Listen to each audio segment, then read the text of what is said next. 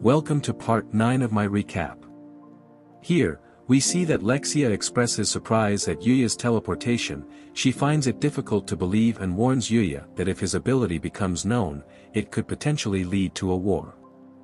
Therefore, she implores him to promise not to use teleportation in front of others without careful consideration. Suddenly, Lexia calls out to Luna, questioning how long she pretends to be asleep.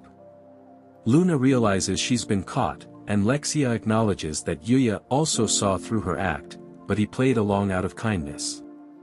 Lexia and Yuya inquire about Luna's backstory, but Luna dismisses it, suggesting that they kill her. However, Yuya expresses interest in hearing her story, prompting Luna to recount her life as an orphan who resorted to scavenging for survival. She was taken in by a man who taught her literacy and the skills of assassination, leading her to join the Dark Guild.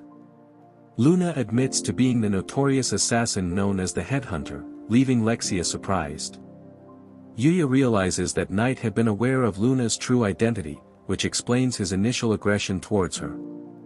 Luna reveals her failed mission to assassinate Lexia and the consequences she now faces, either execution or pursuit by the Dark Guild. Luna believes it's too late for redemption, but Lexia intervenes, proposing that Luna becomes her bodyguard to keep the assassination attempt a secret. By serving as the princess's protector, it would be harder for the Dark Guild to harm Lexia. Reluctantly, Luna agrees to the job. Lexia notices Luna has soft hand and inquires on how she keeps it that way. Luna mentions it's due to Yuya's extraordinary bathing item. Luna explains its ability to create baths anywhere, aiding in fatigue recovery and enhancing beauty. Intrigued, Lexia insists on using it herself and invites Luna and Yuya to join her. But the Rizz god refrains from using his Excalibur to penetrate the double wall he is facing, causing Lexia to express disappointment. As the girls enjoy their bath together, Lexia checks with Luna to see if she is planning to join Yuya's harem. Luna insists they are just friends, but Lexia claims to sense otherwise. Lexia reveals her intention to marry Yuya, which Luna opposes. Luna finds herself unsure of her own feelings. Suddenly, Lexia declares a battle for Yuya's love, stating that they will fight over him, with Lexia declaring herself the winner if she can marry him. Confused by the declaration, Luna contemplates Yuya being taken away and accepts the challenge. Lexia proclaims Luna to be both her guard and her rival from that moment onward. After their bath, Yuya suggests preparing dinner. Although Lexia offers to cook, she struggles with even simple tasks and tries to cut the potato like she's trying to slay a monster and even loses her knife, almost causing an accident.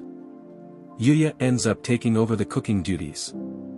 The girls enjoy the delicious meal, and Lexia compliments Yuya's culinary skills and grabs him trying to showcase her assets. Luna, feeling jealous, requests that Yuya feed her since her wounds aren't fully healed, and she opens her mouth wide awaiting Yuya to put it in. I meant the food. Yuya agrees to her request and feeds her. As Luna eats, she smirks at Lexia, who becomes jealous and demands to be fed as well. Yuya points out that she isn't injured, but Lexia, using her authority as a princess, commands him, leaving him no choice but to put it in her mouth as well. I meant the food.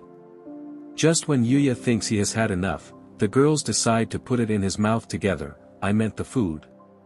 During the night, the girls sleep together, and Yuya, exhausted but content, reflects on the enjoyable time they had. The next day, they reunite with Owen and his men. Yuya apologizes for leading them astray, and Owen inquires about their new companions. Yuya reintroduces Knight, and Owen expresses gratitude for Yuya's previous heroics in saving Lexia. Curiosity about Luna's identity arises, and Lexia straightforwardly reveals that she was the assassin who attempted to kill her but will now serve as her guard. The revelation shocks everyone, and Luna can't believe how quickly Lexia disclosed her secret. Owen promptly surrounds Luna, but Lexia intervenes and instructs him to stand down. Owen remains skeptical, stating that Luna cannot be trusted. However, Lexia points out that they slept together, implying that if Luna intended to harm her, she would have done so already. After hearing that, Owen gives up, and decides to be careful around Luna. Yuya mentions that he cannot accompany them to the palace anymore as the extra day spent at the house has left him with insufficient time for the journey, and he feels the need to return to school. Owen advises him to visit whenever he has the opportunity, providing directions to a nearby village where Yuya can obtain directions to the capital. Lexia bids Yuya farewell, urging him to visit soon. However, Luna rushes back to Yuya, kissing him and expressing gratitude for everything he has done. Lexia, devastated, demands to go back to kiss him as well, but Owen ignores her pleas and continues leading the group. Yuya ponders the significance of the kiss and wonders if Luna harbors feelings for him, but he decides to relax by taking a bath instead. Suddenly, Yuya notices a strange creature that sneaked in, and he receives a notification indicating that he has successfully tamed it. The creature appears confused but accepts the situation. Yuya contemplates checking its stats and discovers that his appraisal skill has leveled up, allowing him to see the creature's abilities. He learns that it possesses a skill called Holy Ground and requests to see its capabilities. The creature creates a field of light around them, providing a beneficial effect. Impressed, Yuya decides to give it a name, choosing Akatsuki, which means dawn. Night reminds Yuya about the time, prompting him to hurriedly return to school.